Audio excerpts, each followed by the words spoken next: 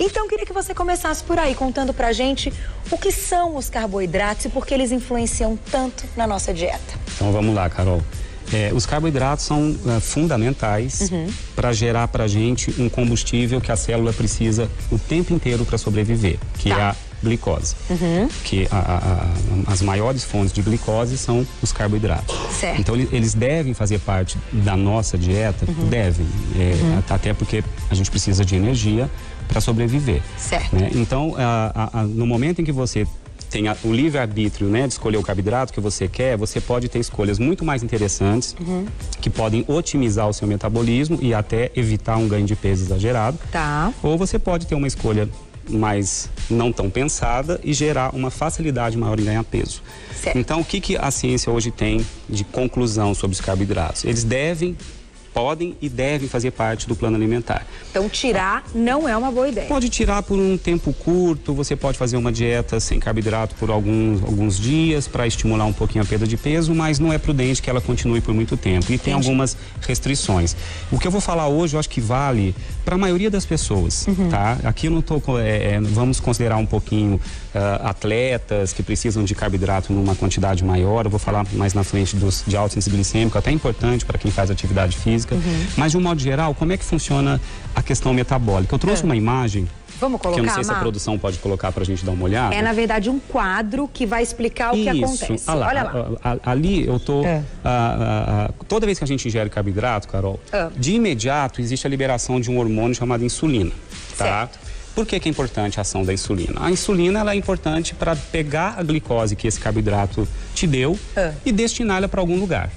Então a gente precisa de glicose o tempo inteiro, sem parar, nas nossas células. Principalmente as células do músculo, que são as que mais gastam energia, onde a gente está movimentando durante o dia, né? Enquanto você está em atividade.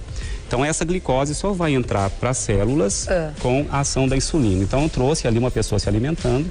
A insulina é liberada pelo pâncreas, que é um órgãozinho que está verde ali. Não sabia que era no pâncreas. E uma vez na corrente circulatória, a glicose, o que a insulina vai fazer? A insulina vai destinar naquele quadrinho da direita embaixo, uma setinha amarela. Tô vendo. Então ali é para onde a insulina vai jogar essa glicose. Para queimar o tempo inteiro e rápido, nos músculos e em todas as células do corpo, tá? Não só músculo. Eu dei como exemplo o músculo, que é o órgão que mais gasta energia, juntamente com o cérebro. Eles não sobrevivem nem por segundo sem glicose. Energia. Somente o cérebro. O músculo ainda tem uma reserva. Então, vamos lá. Um pouquinho dessa glicose, que não vai ser queimada naquele momento, o que o corpo faz? Ele precisa estocar um pouquinho para momentos de privação, quando você não está comendo. Então você vai comer, depois vai ficar horas para comer de novo. Nesse estado, entre as refeições, é que o corpo humano tem que ter uma reserva de glicose para não deixar a glicose ficar tão baixa no sangue. Porque senão a gente desmaiaria, teria hipoglicemia. Certo. Então o que a insulina faz? Que é isso então que acontece quando a pessoa tem hipoglicemia. Exatamente. Então o que a insulina faz? Reserva glicose em pequenos saquinhos, tá? Imaginar que a glicose fosse um saquinho de açúcar. No supermercado não tem aqueles fardos com vários saquinhos dentro? Sim. Então aquilo ali para o corpo humano também é interessante. Se cria uma reserva chamada glicogênio, que são saquinhos de glicose estocados, e coloca um pouco no músculo também, para ele depois, se faltar um pouco de glicose, ele ter como sobreviver, e vai um pouquinho para o fígado também. Tá. Esses estoques de glicogênio duram pouco tempo, Carol. Eles só nos dão um equilíbrio na glicose, quando está faltando no sangue, por algumas horas. Por exemplo, quando você está dormindo à noite, durante todo o seu jejum do sono, quem mantém os níveis de glicose no sangue, você não tem hipoglicemia quando está dormindo, são esses estoques de glicogênio. Quando você está também fazendo atividade física, que precisa um pouquinho mais, você tem essas reservas de glicogênio. Entendi. Só que se essas reservas, que não se somar toda essa reserva de glicogênio no corpo, não passa de 1 quilo e pouco. Até 700 gramas o corpo consegue reservar desse glicogênio. Tá. Se passar do ponto, Carol, e ainda continuar persistindo muita glicose no sangue, para onde vai esse estoque para queimar aí muito depois? O corpo tem que estocar para momentos de privação de dias. Aí entra a gordura corporal. A insulina pega uma moléculazinha chamada glicerol, que vem da glicose, pega 3 moléculazinhas chamada ácido graxo, que vem da gordura que a gente comeu, e monta uma molécula chamada triglicérides e manda para dentro das células de gordura. para os adipócitos. Certo, então a gente vai fazer isso quando a quantidade já estiver esgotada. Já estiver exagerada. Se você já...